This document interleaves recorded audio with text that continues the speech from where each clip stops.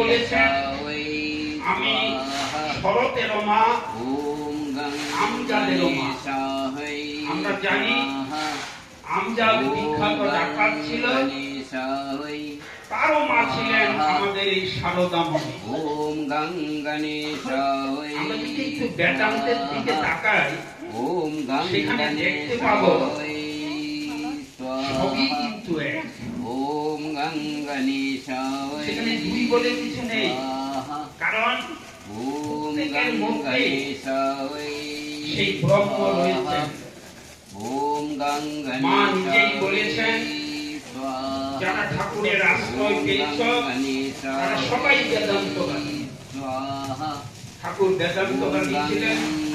সুতরাং আমাদের সবার মধ্যেই যে ব্রহ্ম আছে, ভগবান আছেন, ঈশ্বর আছে, এই উপলব্ধিটা করার জন্য মা এই যে সতেরো মা, যে খারাপের খারাপ অসৎ তারও মা তিনি।